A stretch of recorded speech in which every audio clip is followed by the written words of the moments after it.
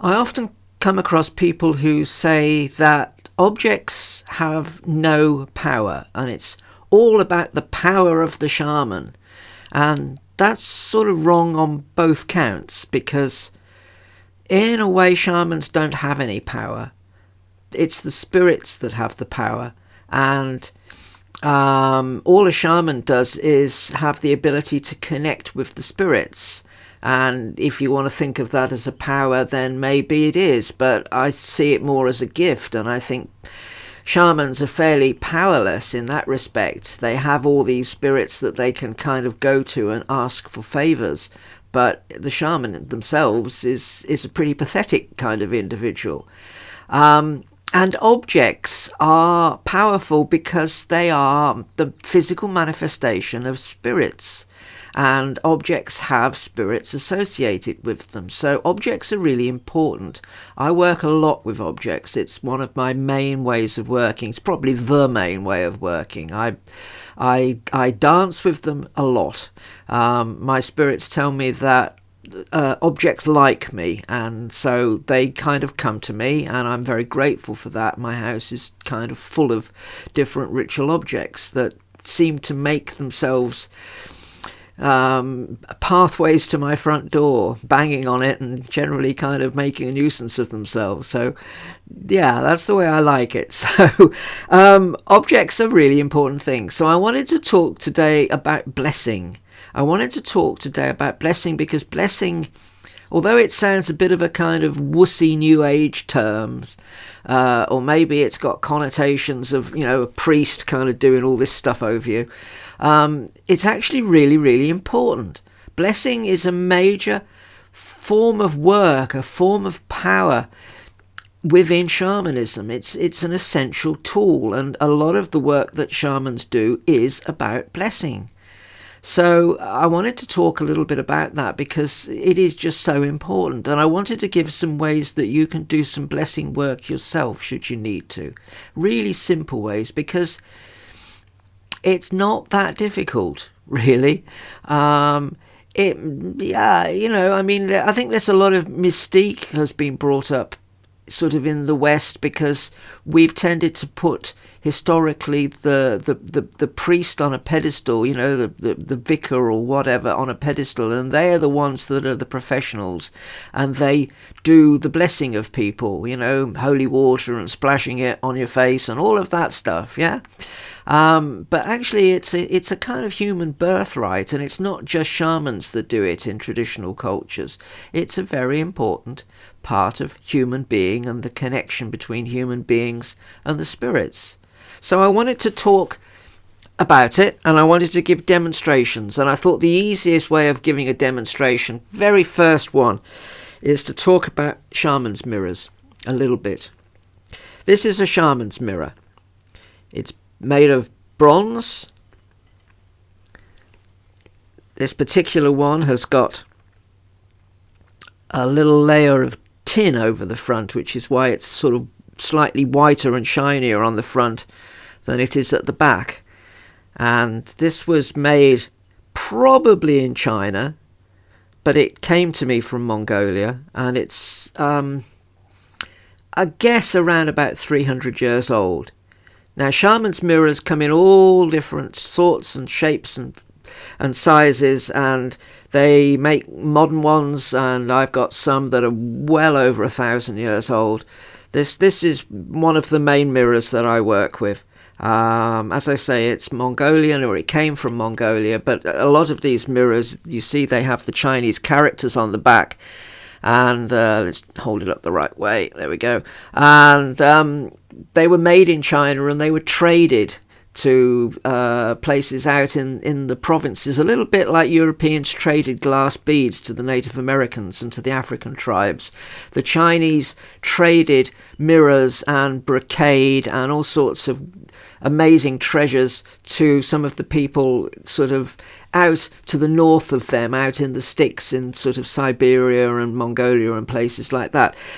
Shamans also make mirrors in Mongolia, and they're often a bit cruder.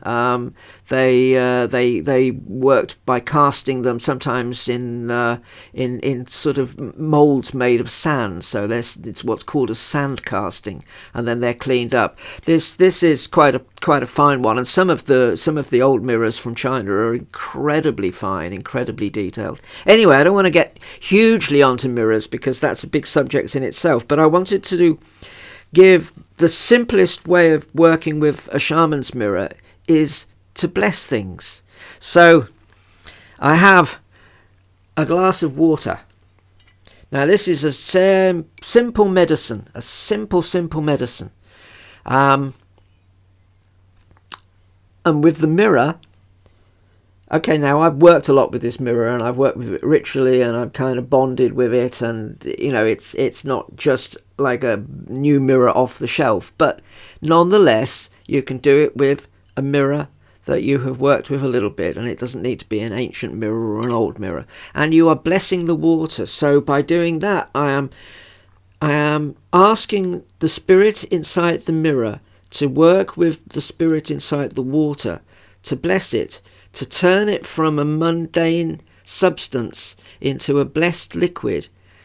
So I am passing the mirror around, and I hold the mirror, quite often put the glass on the mirror like that, and then I'm making a prayer, I'm making a request. I'm kind of going inside and I'm talking to the spirits, and I'm kind of imagining it happening, because imagination is really important, and the imagination is a form of communication between me and the spirits.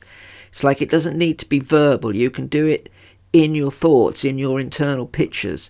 So I'm kind of working, I'm saying to the spirits, can you bless this water, please? Can this water be blessed so that it can become a healing thing? And then I accept that it is blessed. And then you would perhaps give it to somebody if they were sick, and they would be able to drink it, or in a ceremony if you wanted to bless them. So the water is charged now. The water is charged by the fact of the mirror doing that. Now mirrors connect to the very center of everything. Let me put the water down. I find gravity is too much around here. I can't let go of the water and it doesn't float around, it kind of falls down, and that's difficult, so it's easier to put it on a table. Mirrors are the center of everything. They connect to the very center of things. Now, if you think of the medicine wheel, and I know some of you won't know about medicine wheel teachings, but you have the 4 elements of north, south, east and west: earth, air, fire and water. And then there's Chinese versions which have other things like metal and wood, and I don't understand those, so I'm gonna step away from that before I put my foot in something I won't be able to extract it from. And then in the center you have the kind of the place where everything comes from. It's the dynamo. It's kind of like the plus and minus, positive and negative of electricity. It's the place that everything is kind of created from. It's the melting pot, the fusion reactor of reality, if you like. And the mirror sits in that place. And so when you're putting something with the mirror, on the mirror, and working with a mirror, you're connecting to the powerhouse of creation. It's that very sacred center. You've heard me, if you've listened to any of these other videos, you've heard me rambling on about the center of everything and how incredibly important it is. That's what a mirror is. A mirror is a center. It's the center of things. So it connects to the center. And so when you work with it as a blessing thing for a glass of water, you're connecting directly to that powerhouse in that center. So using a mirror like that, you've blessed the water, so you can then give that water to somebody to drink if they are needing to be blessed, or if they have maybe been part of a ceremony, or if they're sick or whatever. You can also do it with vodka. That's a very traditional way of doing it too. A little bit. If I have toothache or something on a really mundane level, I will often bless a little tumbler of vodka and drink it, because that it's then turning it from the mundane to a blessed sacred substance. Now, I could touch you with this mirror. I could, put it on I don't want to use the word chakras, but bits of your body in a vertical line. And that's a blessing. You'll often see shamans when they pick up something. Okay, I'm just grabbing a bell here. They will often put it up to their forehead. You maybe seen me doing things like that in videos because I kind of do it instinctively. That's kind of getting the blessing of the spirits through that object, and they're blessing themselves with it. So you've got that water, you've got that object that you're blessing with. So I could use a mirror. I could use a phurba. Okay, this is a phurba. This is my demon dagger, killa or phurba. Killa is the Sanskrit word, phurba is the Tibetan word. This is the one that I practice with most days. And this has got its pointy end, which is for the stabbing bit, and it's also got the blunt end, which is used as a blessing thing. So again, I could bless you with this. I could do that, and I'd probably say a mantra too as well. That's both a Buddhist and a shamanistic thing to do. I would activate. I would talk to the spirit first of all with the phurba. So I would do this. I would roll it in my hands, and that's activating. And this again is part of my daily practice. I work with the phurba every day. So I start by rolling it in my hand, and then I bless myself. Ahung. So I'm blessing my mind, my speech, and my heart, my body. By doing that, asking the phurba deity to bless me. Phurabas can be put into water in the same way again.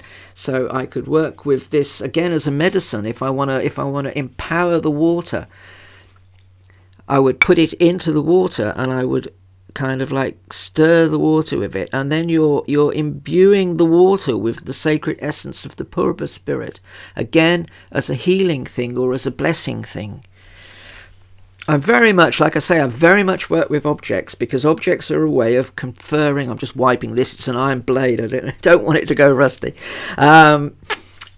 Objects convey the power of the spirits. They are like a doorway between this world and the spirit world, and spirits live in ritual objects, and spirits also are part of the tradition. All right, let's just talk about that briefly. There is my phurba.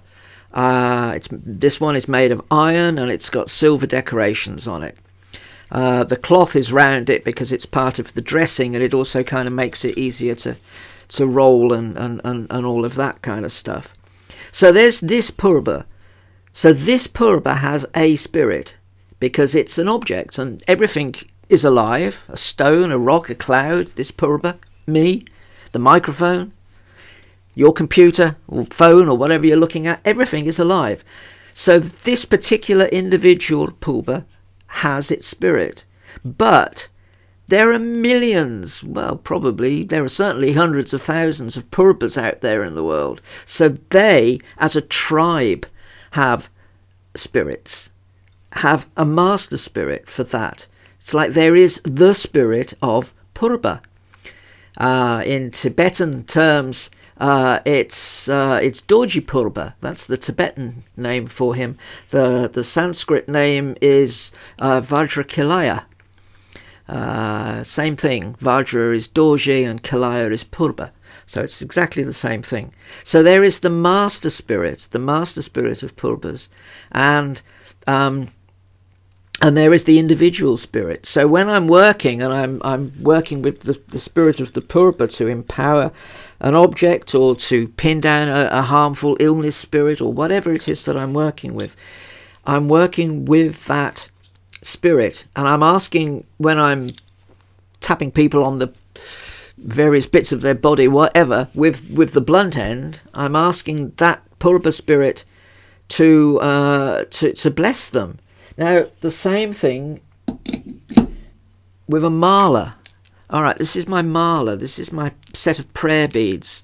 Again, because I'm not a very good Buddhist, but I am a Buddhist.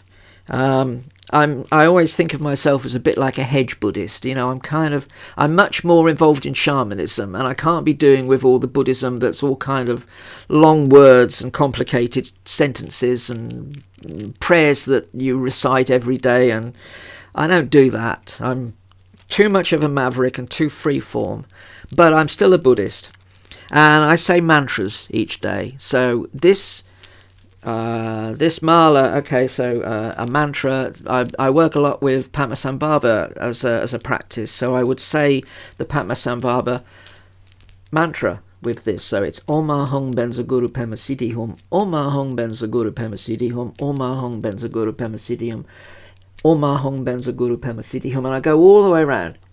Now, because the mantra is like a magic spell, it connects me to that being, and the phurba has got a mantra as well, and there's mantras for all sorts of different things used both in Tibetan Buddhism and in Himalayan shamanism.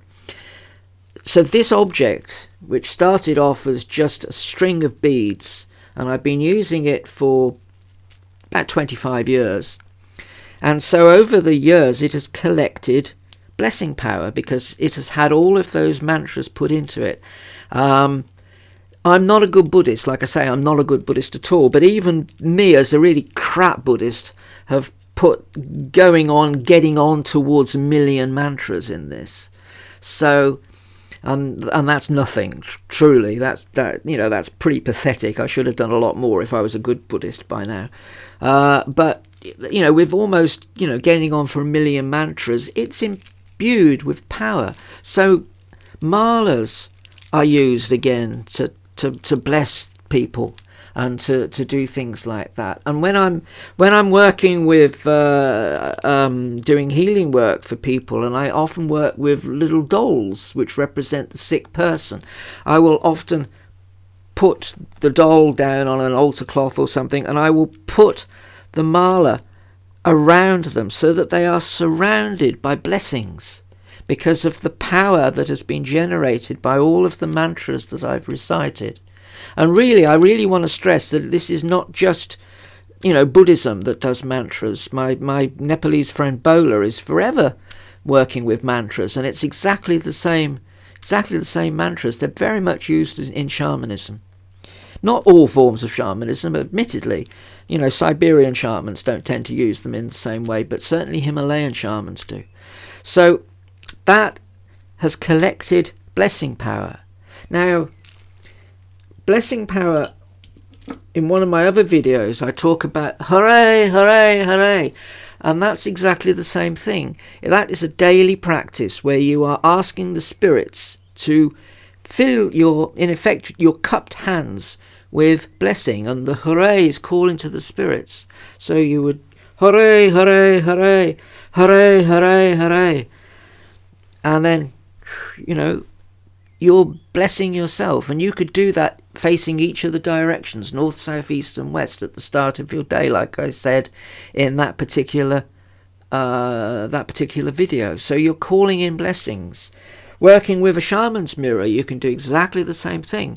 You can pull in blessings of the directions, facing each direction, and you do a kind of circular motion, and then you put the mirror on yourself. You're empowering yourself. That's calling in Windhorse too. Windhorse is the blessing power of the spirits. It's the shaman's power. So you call Windhorse to yourself. If you do Tai Chi or Qigong, you're kind of doing similar work. You're working with raising your Windhorse. You're working with things that are bringing in the Windhorse. Windhorse is kind of a little bit like Qi.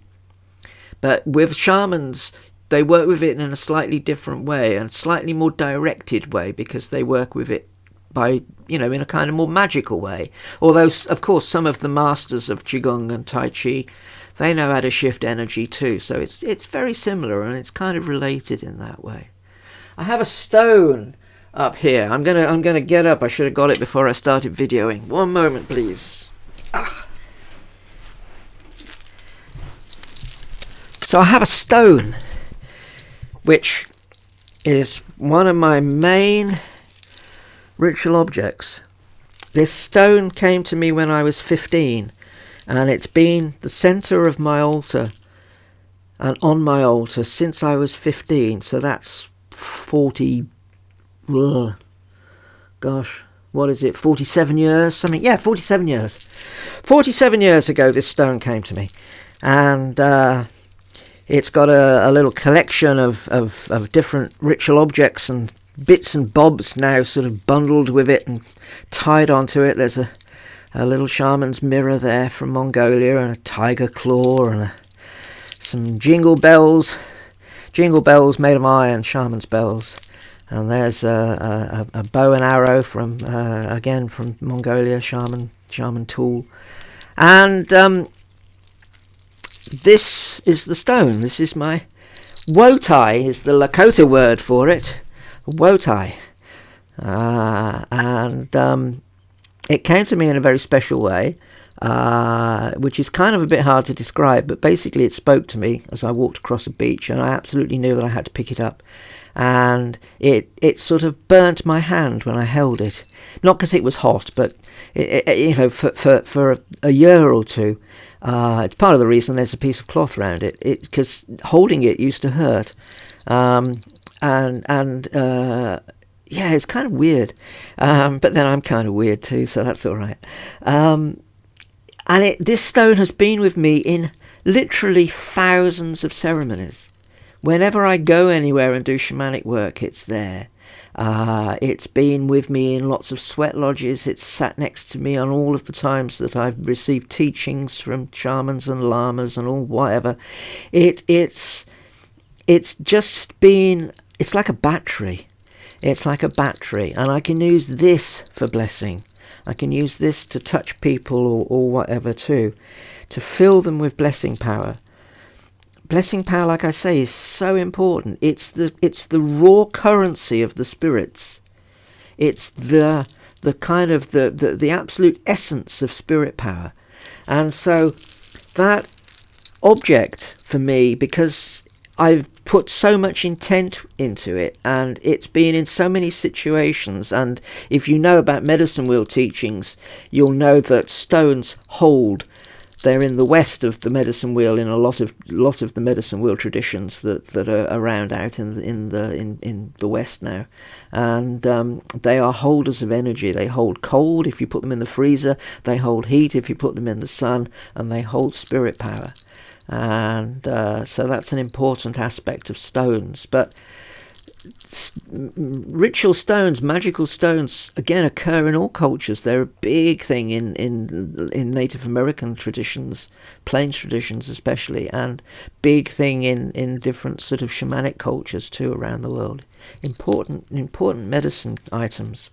So this is my dear stone. It's my stone friend, and he's been with me. It has been with me in so many places. Travelled with me when I've travelled. And been in all of those different ceremonies. So again, it accumulates power. Power it's really hard to describe, other than it is blessing.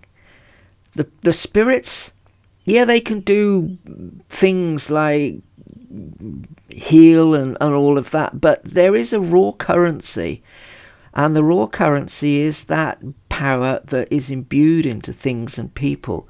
So it's kind of hard to describe and hard to talk about in a way, but it's like a fragrance that comes from the spirits, and the more of that fragrance you have inside you, the kind of more full up you are, the less able other stuff can get in because there's no room for it, and the stronger you are and the more connected you are to the spirits. So blessing and being blessed is really important. If you do shamanic work with people, if you know how to do core shamanism or kind of old school shamanism, and you're going and talking with the spirits in trance, you can ask them to give you blessings. You can ask them to give you blessings for other people, which you bring back, and they may give you a ceremony or something which you have to do for that person so that you can convey the blessings. In essence, when you do the core shamanic kind of power animal journey or something, and you blow in the spirit animal after somebody's retrieved it, I know some of you won't understand that, but a lot of you will, I hope. That that is conveying a blessing. Breath is very much a blessing. Cords, blessing cords. I've got one around my wrist here. I often do these for people. I often work with them and I make them for people. I can't remember the Tibetan name, but they are used in shamanism, again in the Himalayas, and also in Mongolia and Tuva. And they are little threads which are made in a sacred way, and you bless them. When I make them, I breathe mantras into them, and I work with the intent of the spirit that I'm kind of asking to go into the cord. And then you give it to somebody to wear, either around their neck or around their wrist, and it's tied on so it can't come off. I can't get this over my hand.